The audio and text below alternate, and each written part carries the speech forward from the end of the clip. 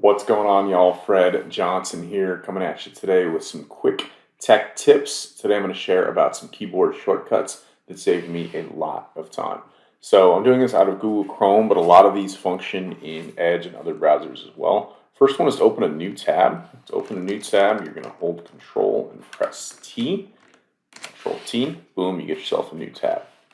Now, the next one is, let's say that you want to close a tab. You're going to do Control W. So if you press Control W, that tab's then going to go away. Oftentimes you'll accidentally close a tab, or maybe if you're teaching and you have a student that closes a tab and like, oh no, I lost my work, which they probably didn't. They could just go to history. But a quick Control Shift T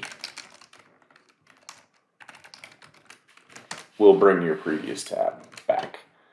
So that can be really helpful. And then one more quick one that I want to share is if you are in Google Slides or PowerPoint, you can press Control M and it will make a new slide for you. Or you can press Control D and it will duplicate the slide that you currently have open. And you can just hold that and make a bazillion similar ones at once. Now I'm in PowerPoint, same thing, Control M to make a new slide.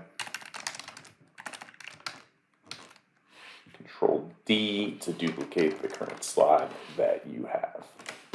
And if you're on Apple, it would be Command instead of Control. Otherwise, you're good to go. Hope this was helpful. Hope this saved you some time. Have an awesome rest of your day.